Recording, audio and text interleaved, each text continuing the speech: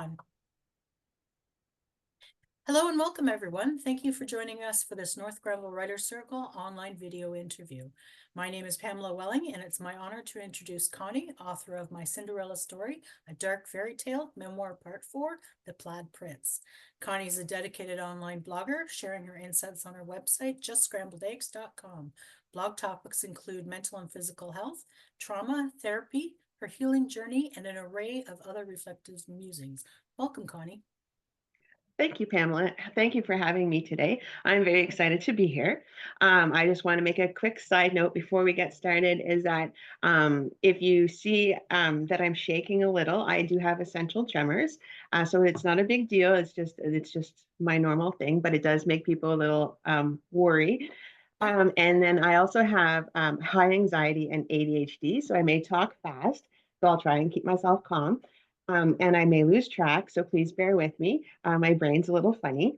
And today I actually woke up with a migraine, so I'm going to have to deal with that today too. So we're just going to put that out there just to share. Okay, thank you for letting me know.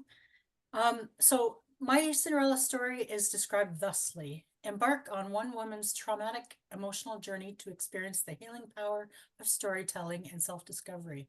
A raw and dark, yet captivating and beautiful tale of survival, resilience, hope, redemption, and love. Right from the beginning, this is a powerful and brutal story of a life filled with extreme hardships and repetitive violence causing severe mental and physical health issues. A must read for those looking for light from within such darkness. Very powerful introduction. That's on the what you see on the blurb on Amazon. So let's dive in with a few reviews from Amazon for My Cinderella Story, a dark fairy tale, part 4, The Plaid Prince. Genevieve B. calls the book a must-read, not only for those who have lived through abuse, but also for those who want to understand. Vicky P. writes, purchasing this book not only supports a courageous author, but also provides readers with an inspiring tale of resilience and recovery. It's a testament to the human spirit's ability to overcome adversity and find hope in the darkest times. Before we start discussing your book, I just wanted to share with you my thoughts. When I was reading it, I felt very much that it was both, you could tell the author, you could tell your voice, but it read very well like a character and like with very good you established the setting and where you were. So I really appreciate that writing. I don't write memoirs, I write creative fiction, but I really enjoyed that. But before we get into the book and the website, I'd just like to talk a bit about your career history and personal interests. Would you mind sharing a little bit about yourself? Sure, Pamela. Thank you again for inviting me and talking about my book and my website. Prior to 2004, my life was a complete whirlwind, and I had numerous jobs and volunteering and stuff. So we won't get into that because we'll be here forever. But after getting sick and having no other choice but to slow down, I received 2 college diplomas.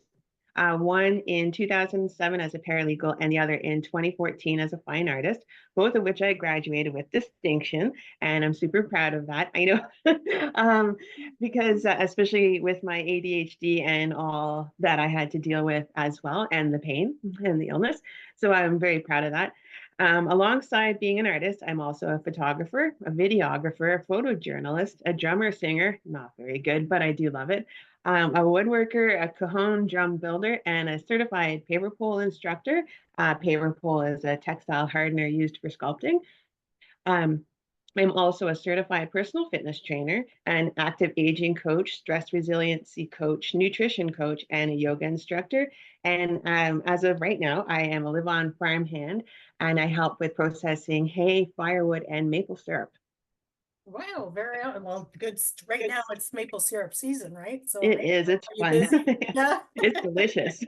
Right on. So with the fine artist, would you do something like book covers or not yet? Not now. Um, it would have to be, I'm not techie, so it wouldn't be anything on a computer. It would have to be by hand. I've drawn out 2 of my own. So for parts 1 through 3 is already done. And well, the concept is done. And the idea is already down for part 5. So I'll be doing those. But the cover of this book is mine. That's my photography, my mannequin that I built off of myself. And but my friend, my Nobody's Designs, she was the one that put them all together in on the computer. So Oh, that's terrific. Very yeah. multi-collect, a lot of varied interests. We actually have one person in our group um, that used to go regularly to workshops where she does so many different things, tap, singing or whatever. And I think that's great because you get to see what's out there and meet with all kinds of different people. There's actually Yeah. there's other Pavapo certified Lorraine Delegate in our area. I might have said her name wrong, but yeah, so that's very cool. Good for you. Yeah, it's a really neat product. Yeah, yeah. Yeah. So I also read somewhere that you also worked as a model for 10 years. What was I that? did. Oh, it was awesome. I modeled for two different agencies, Barrett Palmer Models. They no longer exist, and Angie's Models and Talent. But that was short-lived as I had just become ill at the same time as we started. So that just ended that. But modeling was fantastic. I loved every minute of it. Wearing all kinds of different outfits, getting my hair and makeup done professionally, which was a huge jump for a poor farm kid that I grew up as. I only worked in Ottawa though, and at that time we didn't have much of a fashion scene, but I still had a lot of fun doing what I did.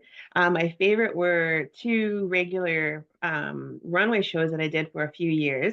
The best one was for Richard Robinson Fashion Design Academy on Spark Street in Ottawa. The shows were held at the then Congress Center, which is at the Rideau Center. And it was an absolute blast as we wore the graduating students' incredible creative works of art. It was so fun. And the other was for a fundraising event for Big Sisters. So I did that for a few years as well, where they put on a bridal show at the beautiful Baldecan Inn in Merrickville. So pretty. Nice. And I got to wear many lovely gowns that I would never have had the opportunity to wear had it not been for modeling. So I had a really great time doing that. Oh, very interesting. So, your book was published in November of last year, and then in 2025, the ebook came out. Congratulations on the recent releases. That's awesome. Thank you. Can you share a little bit about My Cinderella Story and who the Plaid Prince is? Okay, thank you, Pamela. Yes, it was a lot of work.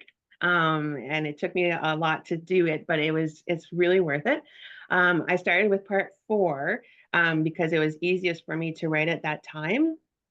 And it was also the best story to write. So it made me happy. So it was a good one. Part four is a true Prince and Cinderella story. It's a darker, more evil version of the original Cinderella that we all know, but with the same fairy tale ending that we all deserve. Um, the Plaid Prince is my Cinderella version of Prince Charming, but with his own twist of true Canadian farmer fashion, wearing plaid shirts and jackets. I've happily been with my prince now for over a decade, and I'm still grateful and lucky all these years later to have met him. He is my hero. Parts one to three are quite dark and terrifying and are the first 40 years of my life. It's filled with horrific abuse, neglect, and unimaginable terrors from my earliest memories until I was finally able to break free. So it was really hard to write. So this book, although it was very difficult to write and relive, is now written, and I'm editing it with plans to publish it hopefully by summer. And part five is still in the works because I ended up putting it on hold to do parts one through three as I was feeling really strong and motivated to do those three and to get it out of me because with psychotherapy, I was just like, let's do this. And I'd like to get it finished also, but by early 2026. But the thing is, though, is I need a collaborator to help me with all of this, as I don't have the funds being on disability to get these books published. Just getting the first one done cost me an arm and a leg, which I don't have. So this collaborator must be open to the fact that I need these books to be as I've written them in my own words, so I can keep with my healing process. Because when we had a wonderful editor go through my book, and when I read her version of it, I could feel my parts pushing heavily against it. So it's not something that my healing process can handle, is to change it. So it has to stay the same. Yeah, I mean, it's your story. If it doesn't sound like your story, then what's the point, I guess, eh? Maybe. Yeah. Although I think you could write, from reading it, I think you could write memoir and fiction very well. Right? Thank you. But not when it's your own story, for sure. No, It doesn't make any no. sense. Yeah. Could you elaborate on the different types of, moving into the hard stuff, different types of intimate partner violence, and more specifically, the ones that are addressed in your book? Okay, for sure. Yes, thank you. Firstly, like I think it's important that we start by using the right language, like you said, intimate partner violence or spousal abuse, domestic violence. These terms encompass the multiple forms of harm caused by an intimate partner or spouse. I personally don't like downplaying the term as it makes me feel that it's not like it's important or what is happening is not that big of a deal. And so to me, no, those words need to be widely used and there shouldn't be censorship on such terms and words. And people have to endure such horrific experience, they surely should be allowed to use the words properly to describe it because it really irks me when they say DV. You know, and I understand not wanting to hurt someone, but I find that it hurts me more because no, it's domestic violence, you know, like this is what it is. So don't downplay it. That only hurts the survivor. And that's just my survivor's feelings on the topic. But in my book, I address the coercive control, which was a lot, the emotional and psychological abuse, financial abuse, gaslighting, manipulation, and the physical and sexual violence I was made to endure on a regular basis. The terror, the sort of violence produces, and the loss of self that comes with it, and the strength and determination it takes to survive such horrors. Yeah, I can certainly understand using the words because a lot of people that are in it could downplay it, and they have to know, no, you can't downplay it for yourself or anybody else. It's Yeah, an important topic. Can you share yeah. a reading from the book? Yes, yes. Thank you. So, my Cinderella story, The Plaid Prince, page 9. Sorry, I'm going to calm. It was closing into the end of the month. I was forlorn. Not only would I have to be at Dannick's mercy, but much worse, I'd never get to see Robert again. I packed up my tent and moved back into my room. Sleeping in the tent was already hard for me with my constant pain, but now with the cold to deal with as well, it was just too much for my body to take. I had only slept in my room once that summer, and that was in late August when my tent got flooded in a huge rainstorm. Only once, and he was still able to attack me in that short amount of time. I wasn't back in my room long either, this time 3 days max, but it still gave Danik enough time to come in, pin me down, and do what he needed. Once he was done, I had red marks around my neck from him choking me and bruises on my legs from where I tried to fight him off, but he wouldn't let me go. He left my room and I laid there crying, knowing I couldn't take much more of this, then dissociated and fantasized about that gorgeous farmer from the hayrides, that he would come and rescue me, save me from this constant hell. Then I fell asleep. Wow, that's pretty impactful. I reading it the first time and then hearing you read it, it's lets you know. Thank you for that. Can you tell us a little bit about your website, specifically what inspired the title, Just Scrambled Eggs, and what topics are covered? So I chose just scrambled eggs as this is exactly how I feel, all scrambled up and seemingly impossible to put back together. But even if I could be put back together, I don't know what that would look like because I have never had the chance to meet my true self, um, seeing as how I've had trauma since my earliest memories. So I don't even know who she is. But hopefully, maybe I'll get to meet her one day. I write my book as J.S.E. as they are an extension to my website so I can go deeper into my traumas, giving them space to breathe and to come up to life so I can finally release them. The main topics for my blogs, as you had mentioned, include mental and physical health, trauma, therapies, healing, and just random musings, just because the ADHD, I need to just chat. um, the reason I started blogging was that I had been journaling for decades, but still felt really lonely on my journey. Once I began intense therapy, I thought blogging would be a good way to feel less alone and maybe even heard for the first time in my life. I also thought that maybe my stories could help others like me feel seen and heard so they know that they aren't alone in all of this because it makes trying to survive such things very difficult when you're doing it alone. So Yeah, the more, um, I think prior to the 80s and the 90s, we didn't talk about it, you know? And that's hard because I think everybody's going through it by themselves. And the more people are brave enough to talk about it, then I think it's more likely that men and women are going to help people out of it and recognize it and do something about it. So I yeah. think it's really important. Can we talk about some of the self-care practices that you implement and that you talk about in your blog and how they improve your quality of life? So I do many self-care practices. Sometimes they're easy to stick with, other times I falter, but I still try to do my best. Depression and chronic pain are a lot to deal with at times. Sometimes they get to win. So I go to psychotherapy 3 times a month, physiotherapy once a month, and I plan on starting massage and chiropractic therapy soon. Thankfully, psychotherapy is fully covered, but sadly, the rest are not. So I would have no hesitation to go for the other therapies as often as required, which would be fantastic. I try to eat healthy, regular meals with lots of protein. Being in perimenopause, we have to do that. I take proper supplements that I feel are making a difference. I take my antidepressants religiously. My aim is to work out daily. That's my aim. Uh, Meditate, do yoga practices, write, spend time in the forest, and play with my cat. I also like listening to music and playing on my cajon. I unfortunately, as mentioned, sometimes lose my way. Again, depression and pain are very hard to live with, but I work diligently to get myself back on track and keep pushing forward. I can stay on course for months and suddenly I'll crash for weeks. Like like last month, I slept for almost 3 weeks. Uh, I do feel bad, but it needed to be done. I'd only wake up long enough to eat and do my chores, so at least I did my chores because they'd be very upset. Sometimes it's okay to just let this happen.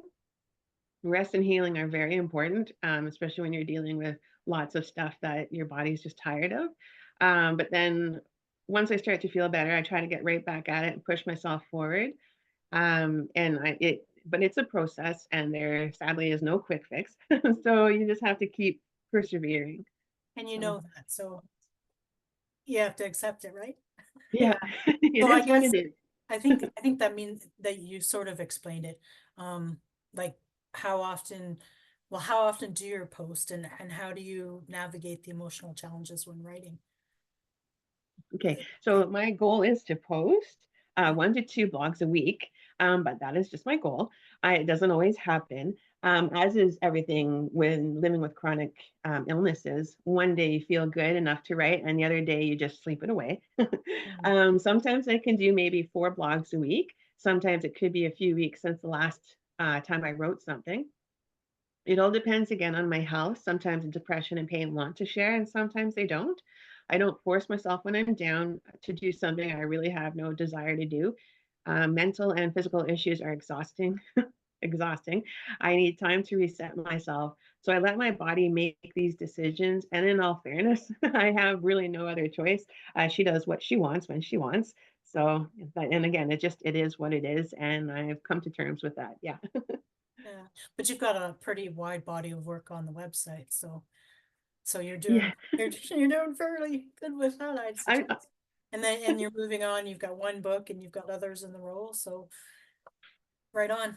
I thank you. it resonates with with people, a lot of people, during certain periods of your life, and some people it's more long term than others, I think, from what I talk to people. But so do you get any like, is writing one of the premier ways to help you uh sort of feel particularly like help with healing?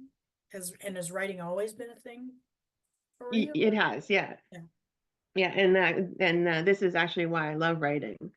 So, as mentioned, I have ADHD, so I really enjoy talking a lot, as you are aware. Um, so to be writing it and getting it out of my busy head releases some of the turmoil going on inside. With the trauma, depression, anxiety, rumination, and ADHD, my brain's always on full tilt. So to at least let some of it go, slow it down somewhat, and this makes my head feel less full. So that's kind of nice. I also like that I'm finally able to let the trauma out. Mm. So the stuff that I was made to hold and hide, it feels good to finally be allowed to tell my story and release those burdens that I'd been forced to carry since a small child. I was constantly told not to talk about it, not to tell anyone, etc. What they say, right? So to get it out of me and into the world is an amazing release of such terrible horrors. It takes an incredible amount of weight off my shoulders that I've carried for far too long. Right on. Um, can you share a short piece from one of your blogs? Sure, yes, please. So we're going to go with releasing old burdens since we're on that topic. So this is from February 25th this year.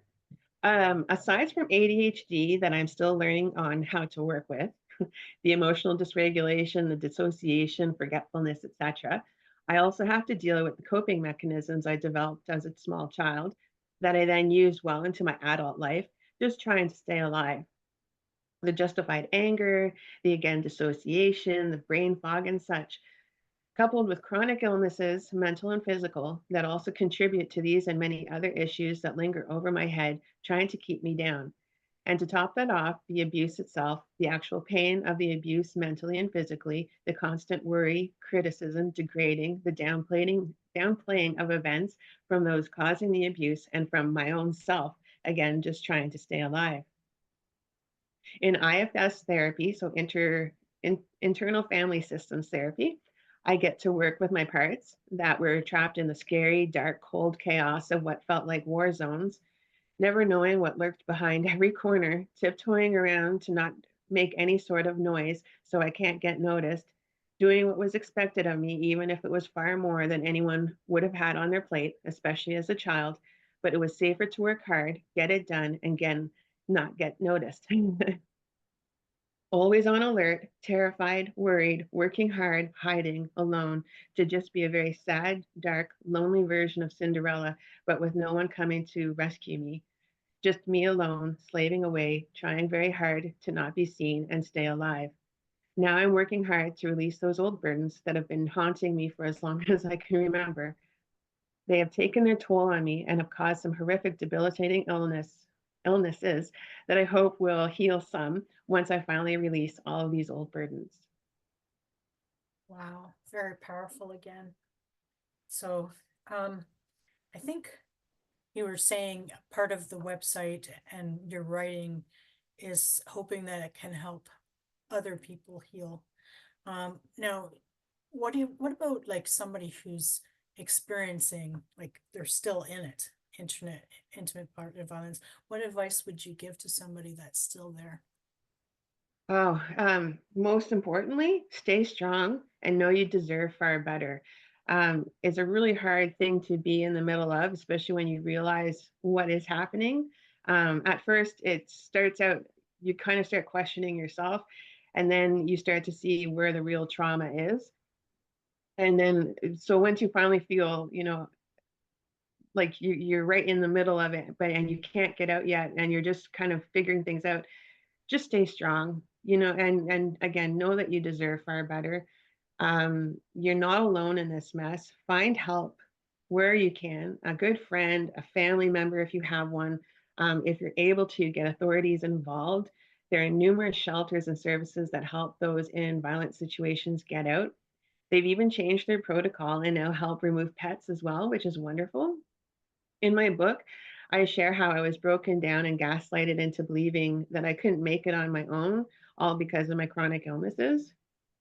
I was mentally, emotionally, and financially completely drained. Um, to top that off, I had a number of rescued cats that I couldn't leave behind. It was far too dangerous for them to stay there without me, but there was no way I could take them with me either. So I felt that much more trapped. I worked with victim services, but back then they couldn't do anything for all of my pets. If you had like one or two, probably could, but not to the extent that I had had being living in the country. I'm sure you can visualize the amount of cats that showed up. Yep. And but nowadays they do help with removing them, knowing how dangerous it is for the animals in that sort of environment. Plus, with social media, it's easy to find other good people who would take that pet or those pets on a short term basis to help people get out of bad situations. Uh, yes, it's dangerous and terrifying on so many levels. And I'm not going to downplay that. But once you escape and feel the freedom of not being under their abuse, it's also worth it. Stay vigilant and keep a good eye on yourself. Even after all these years, I'm still frightened. And I laugh, so I apologize. And laugh is one of my coping mechanisms. So I'm sorry. Yeah. Um, but this is it really does outweigh the beauty and freedom that I have been able to create for myself since leaving that situation. I had wonderful people step up to help me escape. Those people are out there. Keep looking for them. Keep fighting for yourself and for your freedom. You deserve it. We all do. And for those who witness domestic violence, just be there for that person, you know, just trust them and believe them and listen to them. Help them if they ask for it and offer help if you can, but don't push them. Don't push them. Just let them know that you're there, and that they're not alone, and that um, you're there for them when they are ready. That someone sees them and has their back. The worst part of the abuse to me was no one believing me and leaving me to suffer alone. So show those person that you care, that they are worth caring for, and that their lives matter before it's too late. So Yeah, when you're talking about resources, I think not only, I guess, the person, but if you're wanting to support somebody, you can go to the Get resources and learn yourself, I guess, as well, eh? yeah, Yeah, yeah, yeah, yeah. Just get informed for yourself. So when the person does finally realize that they have to get out, that yeah, this person's ready to help. yeah. So, Be a soft but place for believe them. landing. Yeah, Yeah, yeah. believe them. You know, no one's going to be making this stuff up. No. So And no. that's still a problem in all kinds of violence against women. You assume, okay, we're still doing that and it's 2025, right? Yeah, Yeah, right. yeah, it's sad. Yeah. It's sad. So talking about people there, I think you've already said with animals. So animals probably helped you with your journey away and people as well. Can you talk a little bit about that? Yes, yes. The pets in my life have been my light source, and I'm so grateful for them throughout my entire life. From a small child, they were my only and best friends. Mm. I could trust and count on them to always just be there and love me for me. They were safe, kind, loyal, and great company in those long, scary, dark times that I spent hiding away from all my abusers. I knew they would always be happy when they saw me, and I never had to worry about them hurting me. This was mostly hiding up in the hayloft. So, but it was a good place to be. Mhm. But only at the end of my 39th year have I had human help to escape toxic abusers. These wonderful people saw something in me, saw the pain I was in, and chose, out of the kindness of their hearts, to reach their hands out and help me. It was so amazing to have such kindness from a group of strangers, kindness I had never received from anyone who actually knew me. These people are all my friends now, and the main one is still my best friend and partner, whom I love dearly, The Plaid Prince. my Plaid Prince. So, both your book and your website speak to physical and mental health issues. Can you share a little bit about how you manage them and how they affect you and that kind of thing? Okay, I have If you, numerous. whatever you're willing to, I just a have, little I bit, have maybe. Yeah, yeah. Yeah, because we'll be here all day. Yeah. So yeah, I have numerous physical and mental health issues. Far too many to discuss here. Some I was born with, like the ADHD, probably, but most have come from decades of trauma. I have complex PTSD, obviously, and ADHD are my main mental health issues, and I have a few others because of them, so the anxiety, depression. Then the decades of untreated trauma has led to most of my chronic physical illnesses I now have to endure as my brain tries to process the past. The brain manifests trauma as physical illnesses, and for me, it's mainly trigeminal neuralgia, the side of my face, Mm. a facial pain that escalated in 2004 and completely destroyed me. Then I was diagnosed with fibromyalgia, migraines today, arthritis, and numerous other illnesses that keep me constantly down. I'm always in pain somewhere in my body at any given time, at any given degree, all day, every day. I wake up unwell. I spend my day unwell. I go to bed unwell. I sleep unwell. Repeat. So that's my everyday. Whatever it is that is wrong with me at that time, wherever it is in my body from head to toe, mentally and or physically, 24/7. I never know what tomorrow is going to be like and what is going to be wrong. My body is unreliable, making working at a job impossible, sadly, because I love working. This is why I took up writing, although sitting hurts as well. Dealing with past trauma is exhausting. Writing is the easiest thing for me to do. And because I can do it whenever I feel and however, if it's 2 in the morning and I'm awake and writing, so be it. Um, but my hope with psychotherapy and writing is that maybe I can release the abuse and burdens I carry so that maybe my body can finally relax and, universe willing, heal somewhat. But as of right now, I am chronically ill and classified as disabled and have been this way sadly since 2004. Gotcha. Okay. Yeah, there's more books to follow that are going to be documenting it. So at the one hand, it's helping you work through the process and on the other hand, it's getting you to be a pretty good writer. I read your Plaid Prince, and like I said, it's got some advanced skills that I don't have yet in writing. So good on Thank you. you for that. Thank you. Thank Um, you. That means a lot. sure. So we're primarily a social learning group, as I think we've talked about. As such, I need to ask, do you have any advice for anyone considering writing a memoir or any book for that matter? Well, definitely for a memoir, any book, if you feel like writing, write. It's such a fun way to just express yourself and just it's there's such joy in just writing.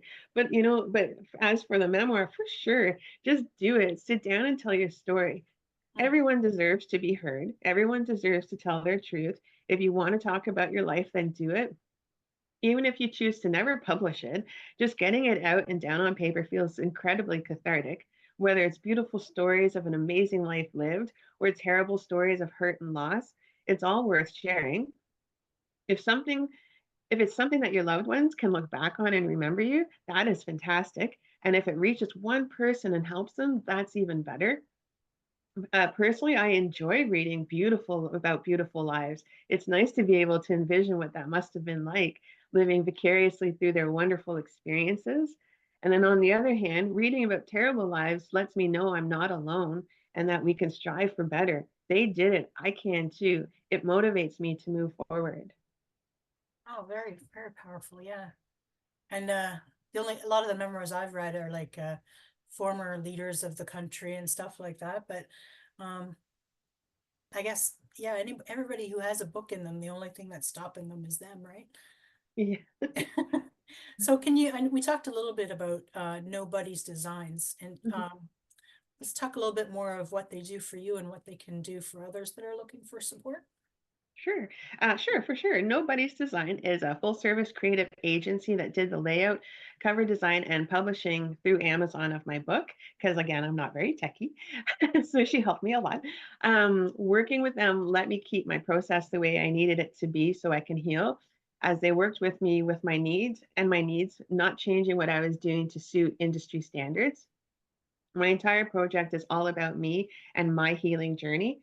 And I truly appreciate them for that my work because it's all my words, my art, my photographs, and I had the last say on everything. Mm. And it's wonderful to have full control over such a meaningful project. So that really boosts me up. It really helped me get this going. Oh, congratulations. Thank you. Are you currently working, or you were talking about your next books, but can you share any plans moving forward on like, are you concentrating on one for 2025 or doing multiples, or what's your plan there? Okay. Well, so as mentioned, parts 1 through 3 are in the works. I'm just editing them and like getting them trying to edit them now. And if I can have a collaborator, I'd hope to have it published by summertime, actually. Sorry, Part five is one of them in the summertime, or parts all, 1 through 3. all three? Okay, good for you. Yeah. Wow. Okay. Yeah. So it won't be, I don't think they'll be as storytelling as as my part 4 was, because that to me was a complete story. It was like a storybook It in my was. mind. Thank you. But the other ones are just kind of like the lead up to, and then number 5 is kind of like the finishing off of the story. Okay. So that's why I think number 4 was the most important to start with. So I'm hoping to have 1 through 3 done by this summer. But I need a collaborator with this idea. For Um, doing the formatting and or for well, so just like um because I can't afford to do the publishing again, like doing the formatting, all of that. So I'd need someone who would be interested in like just kind of stepping in with me and helping me along. And like I'm not asking for funds, I'm just asking for a hand up, you know. Um and then we can work something out, however, like if it's like a publishing agency and they take their whatever percentage it is that they take, which is fine. I just want to make sure that we all stay on the same page, that this needs to stay Connie's. So that's my only stipulation. But part 5 is still being worked on, as I changed my course while writing it. I was feeling quite strong, as I had mentioned earlier, and I really needed to write parts 1 through 3. So that's where my books are at this time. And although, again, I need a collaborator with this idea as well, I'd very much like to turn my books into audiobooks, and narrate them myself. So they're in my own voice telling my story, because I think that's more impactful. And I'd like to get part 4 done soon, because I feel this will be very cathartic for me.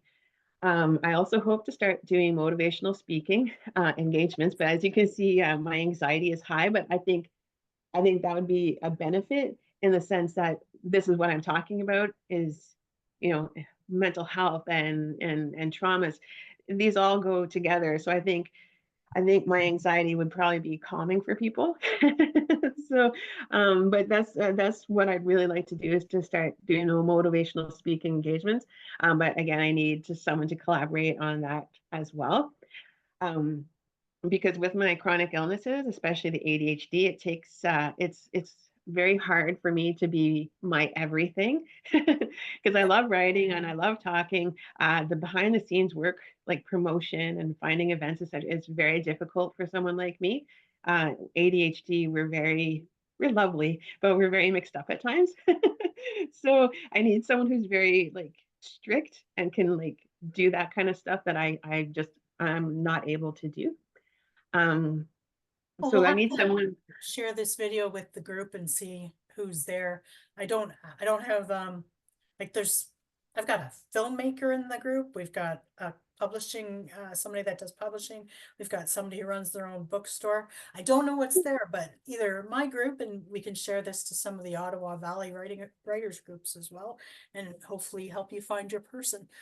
Oh, thank you. Yeah. Oh, it would be so amazing. Yeah, because like I like doing the promotion stuff, but I'm just so again, the ADHD. If you know anything about people like me, the neurodivergent people, we're in this category, the ADHD category. We're kind of scrambled. hence Hence your hence the name, title. Scrambled Eggs. Yeah. Hence my title. We're a little scrambled. So I just need someone to help me along with that. But these people, though, they need to still understand how important this is for me to keep my work all about myself, so that I can keep on my healing process. And I know I can make a difference helping others, just with the right people by my side. Fantastic. Love that idea. Um, so this ends our formal interview. I thank you very much for talking with me today, being honest and helping to get your voice out into the world. It's great meeting Well, you. Oh, thank you, family. It was great to meet you too. Thank Finally, you for having me. Finally, I know. we talk a lot on Facebook or whatever. Yeah, Yeah, yay, Facebook. yay, I'd Facebook. never have anyone to talk to. But I really appreciate your time and for being part of this. This was exciting. So Oh, terrific. You're very welcome. Take care. thank you. Thank you.